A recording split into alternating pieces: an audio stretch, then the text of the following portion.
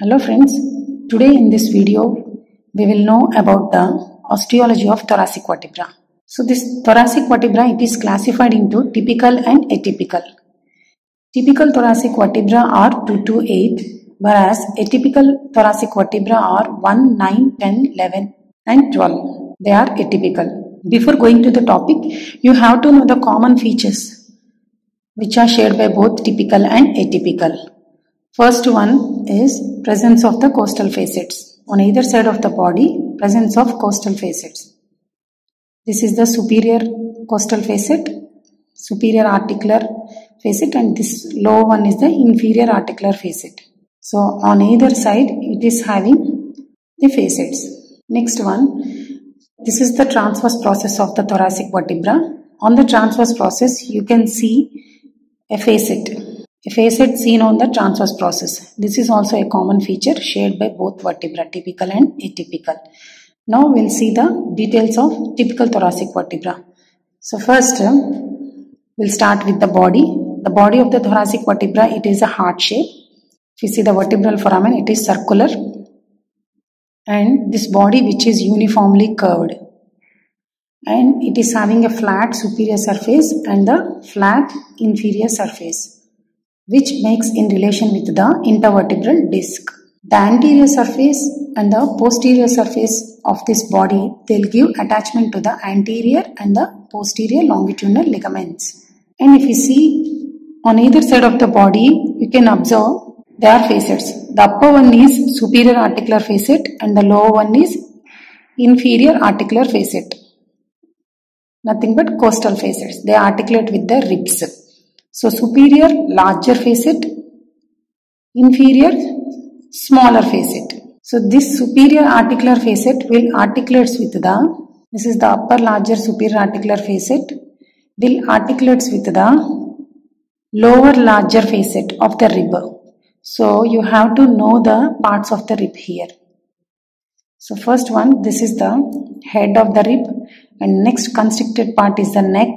And here you can see the tubercles on the posterior aspect of the rib. You can observe this is the medial articular tubercle and this is the lateral non-articular tubercle.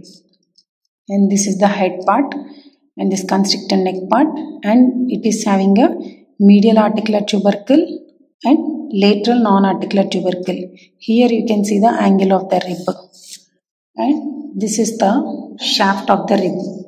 And this is the anterior end, and here this is the posterior end or head. Okay, so these are the parts of the rib. So now we'll articulate. Now we will articulate this rib to this thoracic vertebra. So it is having, as I already mentioned, that for this head, in the head of the rib, it is having upper smaller facet, lower larger facet. So this lower larger facet, it articulates with the upper larger facet, superior larger facet of the thoracic vertebra, like this, of corresponding thoracic vertebra. So if we think this is the fifth rib, it articulates with the fifth thoracic vertebra, like this. So these both larger facets, this lower larger facet of this rib will articulate with the upper larger facet of the corresponding vertebra.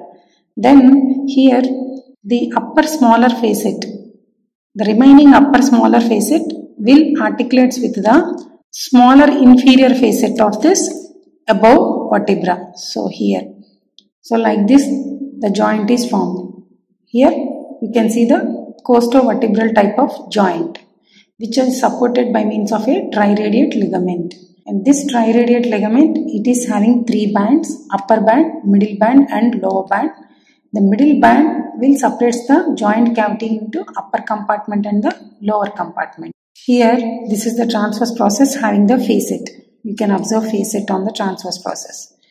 This facet will articulate with the medial articular tubercle. Here there is the medial articular tubercle and lateral non-articular part.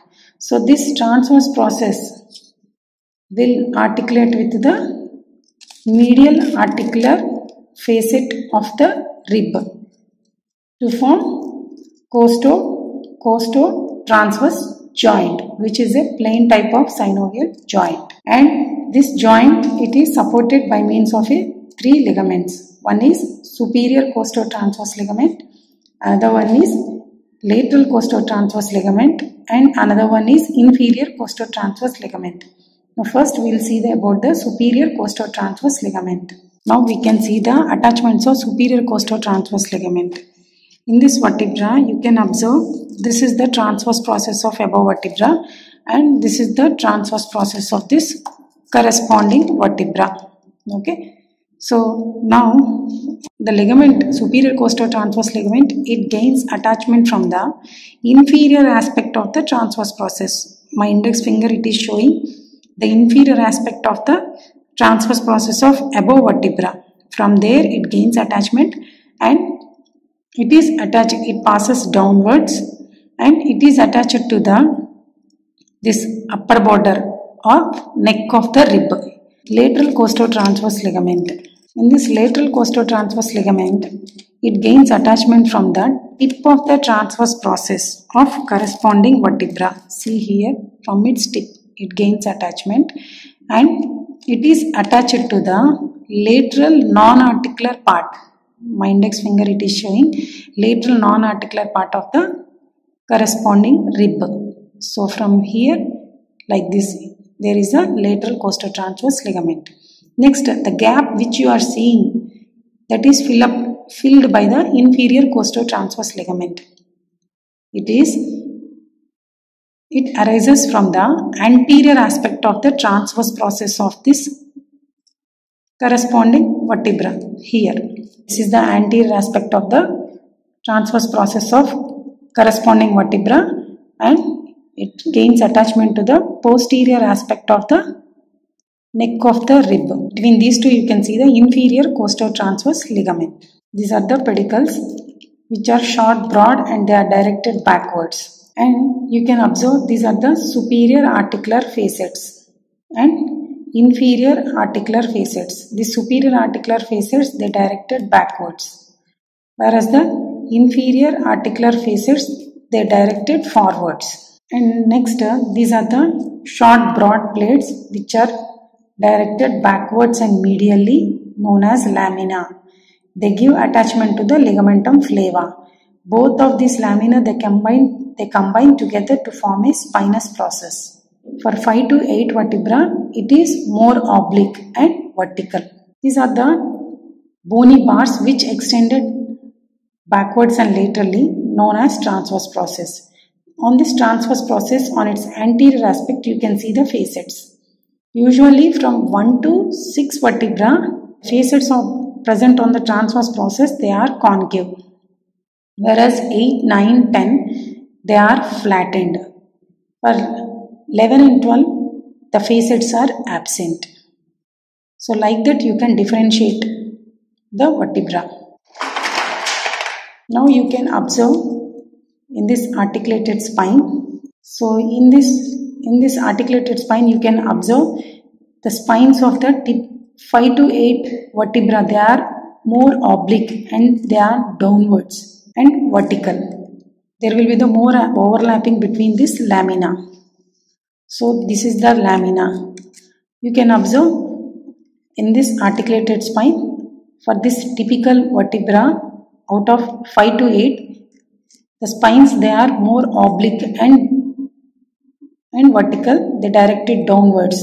And here regarding the pedicle, this pedicle which is short, broad, thick and it is attached to the upper half of the body.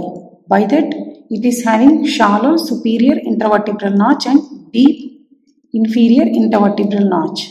And this inferior articular facet of this above vertebra, you can see in this the superior articular facets which are directed backwards, they articulate with the inferior articular facets of the above vertebra. Together they form a intervertebral foramen like this. Now we will see the pictures of atypical thoracic vertebra. We will start with the first thoracic vertebra. Now first we will observe the body on the body you can observe a small circular superior facet above and demifacet, inferior demifacet below on the body. And here you can observe there is more concavity of the superior vertebral notch. And on the transverse process you can observe a concave facet. And the spine is more horizontal. So now you can observe in this vertebra, this is the T1 vertebra. Here in the body you can observe the transverse diameter is more comparatively than the anteroposterior diameter. Usually in normal thoracic vertebra, the diameters of anterior, posterior, anteroposterior and the transverse, they are same. Whereas for the T1, the transverse diameter is more, which resembles the feature of cervical vertebra. Here you can observe on its superior surface, the lateral lips on the superior surface, they are raised. We call as the uncal process. Actually it is the feature of cervical vertebra, and this anterior margin which is beveled. And in this you can observe a triangular vertebral foramen. Here if you see on the body, you can observe a small, you see in the body you can observe a small circular facet near the superior margin, and you can observe a demifacet. Clearly you can see in this vertebra a demifacet on the inferior margin. Okay, this is the small circular facet which articulates with the head of the first rib, and on the inferior aspect you can observe a demifacet which is close to the inferior margin. And next feature is, this is the pedicle. Usually for all thoracic vertebra except this T1, this pedicle, it is most attached to the upper half of the body. By that we'll get a shallow superior intervertebral notch. But here in this T1 vertebra, you can observe a deeper superior intervertebral notch. The next feature is presence of this concave facet on the transverse process. Next one, you can observe this lamina fused together to form a spine, and it is almost horizontal and thickened. The spine is thickened. So these are the features of T1 vertebra. Now we'll see the diagram of T9 vertebra. In the T9 vertebra on the body you can observe from T9 to T12 there is no inferior articular facet. Only superior articular facet is there. Starts from the T9 as a demifacet. So in the T9 vertebra, near to the superior margin you can observe a demifacet is there. And here a deeper superior intervertebral notch. This is the superior articular facet. And this is the transverse process having the flattened facet. I already mentioned for 1 to 7 vertebra they are concave facet. For 8, 9, 10 they are flattened facets on the transverse process. For 11 and 12 the facet is absent. You can observe here for the T9 vertebra a single demifacet near close to the superior margin of the body, and it is having a flattened facet on the transverse process, and the spine is horizontal. Now you can see the T10 vertebra. In the T10 vertebra you can see a oval facet, larger oval facet near to the superior margin of the body. Okay, and flattened facet on the transverse process. Transverse process. This is the transverse process. Flattened facet on the transverse process. Next one, in the T11 you can observe a circular larger facet. It is present just below the upper margin of the body. Here in the T10 it is close by to this upper margin of the body. Here it lies just below the level of upper margin of the body.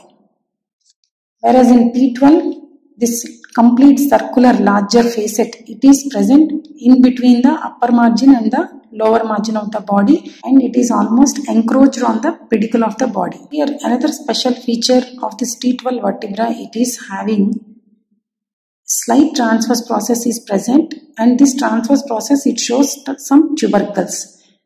This is the upper tubercle, superior tubercle or upper tubercle, which represents the mammillary process, and this is the middle tubercle which represents the two transverse process, and this is the lower tubercle which represents the accessory process of the vertebra. And this inferior articular facet for the T12 vertebra, it is averted. This is the another feature. Now you can observe in the vertebra, this is the T12 vertebra. Here you can observe the body of the vertebra, it almost resembles the shape of lumbar ones, and here you can observe the facet, a complete circular facet, it is almost encroached on the pedicle, and you can observe here the inferior facet, it is averted. Along with that, the spine is almost horizontal and quadrilateral club shaped. So you can observe this side, a complete circular facet seen on the pedicle, and a slight transverse process is present with 3 tubercles. And here you can observe the inferior facet which is almost averted. So this completes about the thoracic vertebra. Thank you.